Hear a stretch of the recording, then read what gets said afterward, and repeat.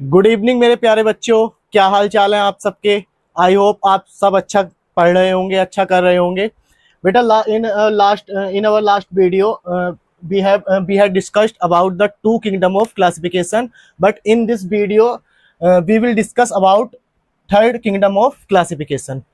Last video में to kingdom of classification किसने दिया था? कैरोलस लीनियस ने। उन्होंने क्या किया था? फिक्स्ड को उन्होंने प्लांट्स कैटेगरी में रखा था, और मोटाइल जो थे उन्होंने क्या रखा था? जिनका हेटरोट्रोपिक न्यूट्रिशन था उनको एनीमिलिया में रखा था। बट उन्होंने कुछ डीमेरिट्स थी वो दे नहीं पाए थे, जिसमें third kingdom of classification given by Haeckel.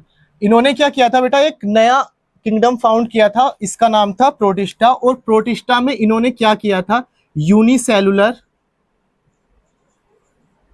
Unicellular और यूकैरियोट्स, जो इस टाइप के ऑर्गेनिज्म हैं, उनको प्रोटिस्टा में हेकल ने क्या किया था? प्लेस कर दिया था। प्लांटी को इन्होंने सेम रखा था और एनिमिलिया को भी इन्होंने सेम रखा था। बट इन्होंने एक नया किंगडम फाउंड किया था, उसका नाम क्या था?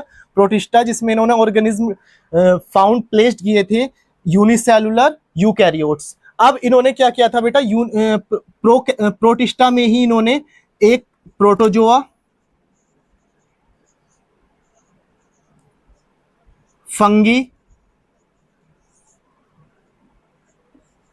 And bacteria and slime moulds को इन्होंने क्या किया था बेटा? इसी में प्लेस कर दिया था। इन्होंने प्रोकैरियोट्स के लिए, या बोल सकते हैं यूनिसेलुलर प्रोकैरियोट्स के लिए, कोई भी अलग से किंगडम इनका क्लासिफाइड नहीं किया था। इन्होंने प्रोटिस्टा में ही कर दिया था। तो इसी का क्या बोल सकते हैं हम? डीमेरिट्स बोल सकते हैं। तो इस किंगडम की डीमेरिट्स बेटा क्या थी? प्रोटिस्टा के लिए, प्रोटिस्टा में इन्होंने protozoa, fungi, bacteria, slime moulds को एक ही किंगडम में रख दिया था। जबकि फंगी हम इन सबसे फर्स्ट वीडियो में पढ़ते हुए आ रहे थे, ये कैसे नेचर का था? मल्टीसेलुलर। और बैक्टीरिया कैसे थे? यूनिसेलुलर।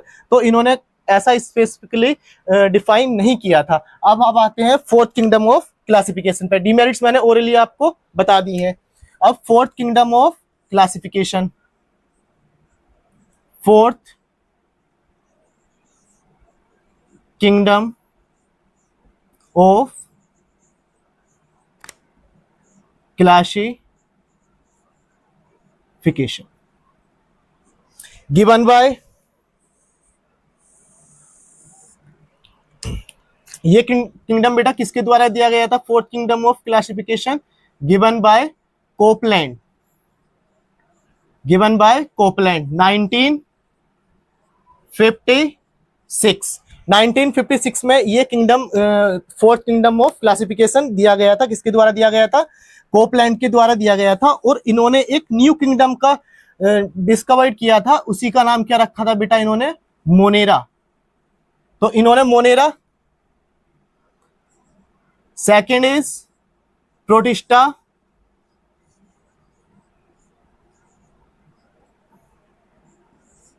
Third is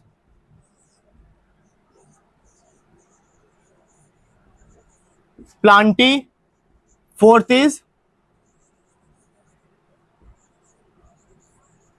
animalia. अब इन्होंने बेटा जो हमारे यूनिसेलुलर और प्रोकैरियोट्स ऑर्गेनिज्म थे, यूनिसेलुलर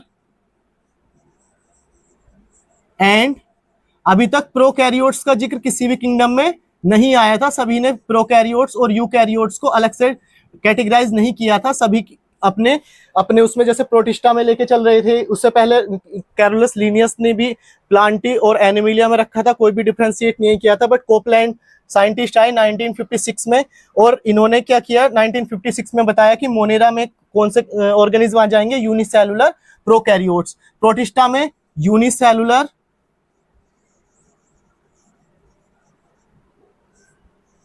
यूकैरियोट्स। ये मैं आपको फर्स्ट डे की क्लास में ऑलरेडी बता चुका हूं। और प्लांटी में फिर से वही आएंगे, मल्टीसेलुलर यूकैरियोट्स, और एनिमिलिया में मल्टीसेलुलर यूकैरियोट्स। अभी आप इसे नोट डाउन कीजिएगा। मैं नेक्स्ट, अभी इसमें स्लाइड रह गई है, वो आपको मैं नेक्स्ट स्लाइड में पढ़ाता हूं बेटा। अब इसकी डीमेरिट्स पढ़नी है हमें, ठीक है बेटा? तो बच्चे कहां पढ़ते हैं हम? Fourth kingdom of classification. Third kingdom हम क्लासिफिकेशन पढ़ चुके थे। Fourth kingdom of classification given by given by Copeland 1956। अब बेटा बहुत ज्यादा ध्यान से और समझ के एक एक चीज को हम समझ के चलेंगे, कंफ्यूज बिल्कुल नहीं होना है। थर्ड किंगडम ऑफ क्लासिफिकेशन में हेकल ने एक नए किंगडम का कैटेगराइज किया था, उस किंगडम का नाम था प्रोटिस्टा। फोर्थ किंगडम में एक नया किंगडम कैटेगराइज किया गया है, उसका नाम है मोनेरा। मैं स्टार किए देता हूं उसको कि फोर्थ किंगडम में कौन से किंगडम का कैटेगराइज किया गया था। अब मोनेरा को इन्होंने लिया था प्रोकैरियोट्स और यूनिसेलुलर, ये हम पहले ही पढ़ चुके हैं ऑलरेडी बेटा, हम इसको पढ़ चुके हैं। यूनि लिख रहा हूं बस मैं, यूनिसेलुलर। एग्जाम्पल्स क्या हो सकते हैं, बैक्टीरिया और साइनोबैक्टीरिया। साइनोबैक्टीरिया क्या होते हैं बेटा, पुराने वाले बैक्टीरिया को साइनोबैक्टीरिया बोला जाता है। इनको एक चीज और बोला जाता है, blue green algae, blue green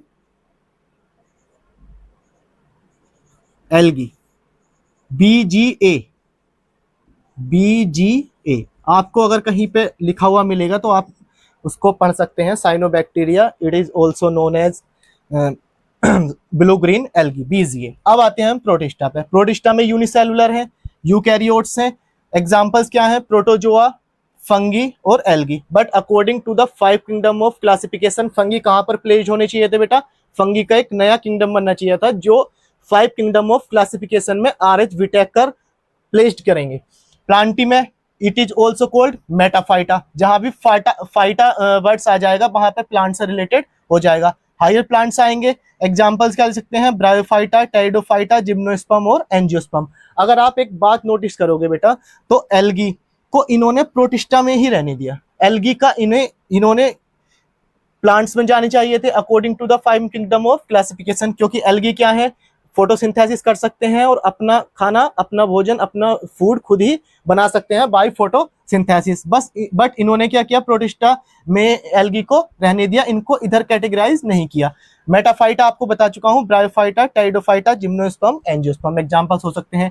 animalia एक नया ग्रुप पहले से चल रहा था, metazoa, it is also called metazoa. Higher animals आ जाएंगे और इनवर्टिब्रेट्स और वर्टिब्रेट्स। बट प्रॉब्लम कहां पे आ रही है, अब इसकी डिमेरिट्स अगर मैं आपसे पूछने लगा बेटा, तो इसकी डिमेरिट्स में क्या जाएगा, एक तो यही आएगा कि एल्गी बर प्लेस्ड इन प्रोटिस्टा, बट कहां पर प्लेस्ड होने चाहिए थे, प्लांटी में।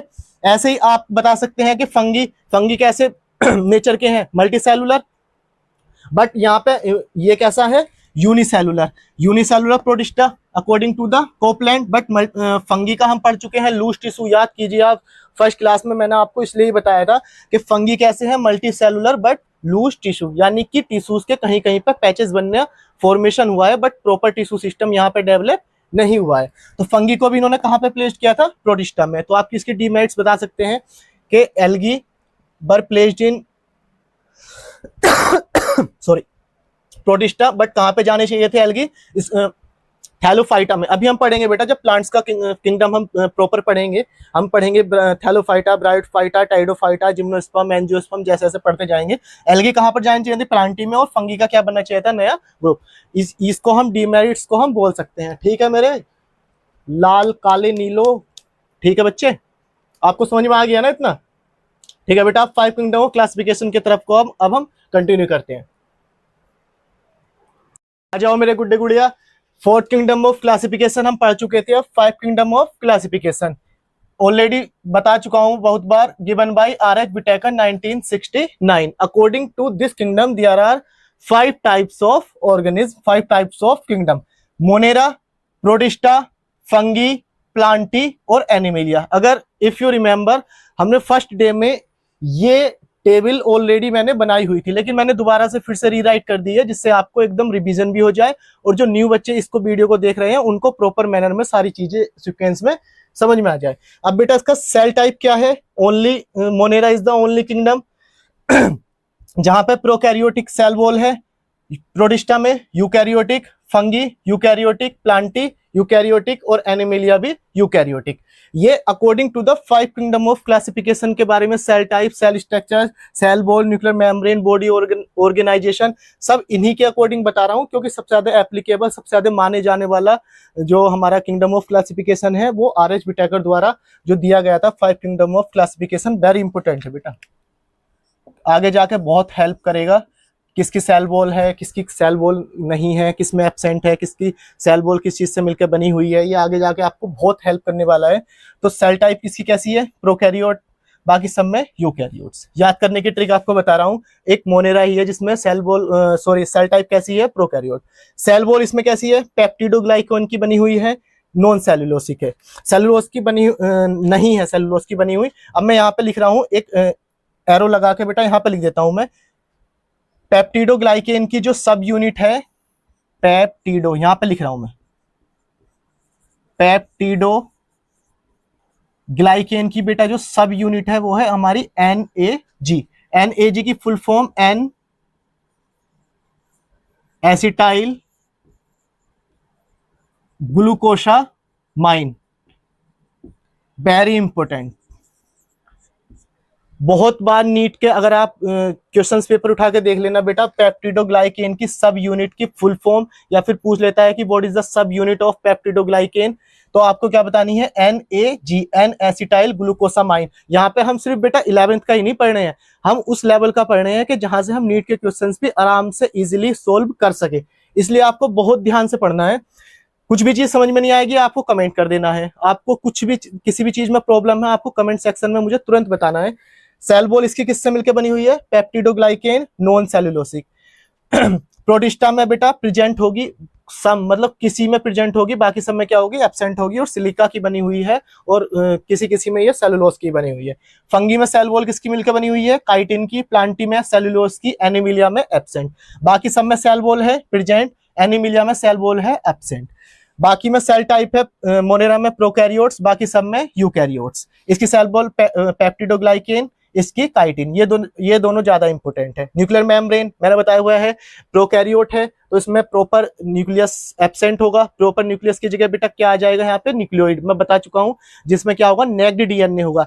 नेक्ड डीएनए का मतलब है, नेक्ड डीएनए कहां पे नोट डाउन कर दूं बेटा, इसे नेक्ड डीएनए यहीं पे लिख देता हूं मैं, नेक्ड डीएनए।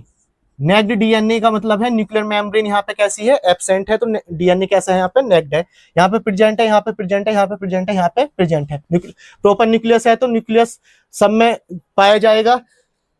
बॉडी ऑर्गेनाइजेशन यहाँ पे कैसी है बेटा, सेलुलर है, सेलुलर है, यहाँ पे मल्टी सेलुलर है, लूज टिश्यू है, यहाँ पे कैसा है टिश्यू, यहाँ पे कैसा है ऑर्गन सिस्टम है। अब यहाँ पे कैसा है बेटा, मोड ऑफ न्यूट्रिशन कैसा है, यहाँ पे ऑटोट्रोपिक, हेटरोट्रोपिक, ऑटोट्रोपिक, हेटरोट्रोपिक, यहाँ पे हेटरोट्रोपिक है, यहाँ पे ऑटोट्रोपिक है, यहाँ पे हेटरोट्रोपिक है। समझ गए बेटा। मोड ऑफ न्यूट्रिशन में यहाँ पे कैसा है, ऑटोट्रोपिक मतलब जो अपना खाना खुद बना सकते हैं, हेटरोट्रोपिक जो अपना खाना खुद नहीं बना सकते, बाय फोटोसिंथेसिस बना सकते हैं। ऑटोट्रोपिक इसमें फोटोसिंथेसिस का कुछ रहता ही नहीं है बेटा, पिगमेंट रहता ही नहीं है, क्लोरोफिल।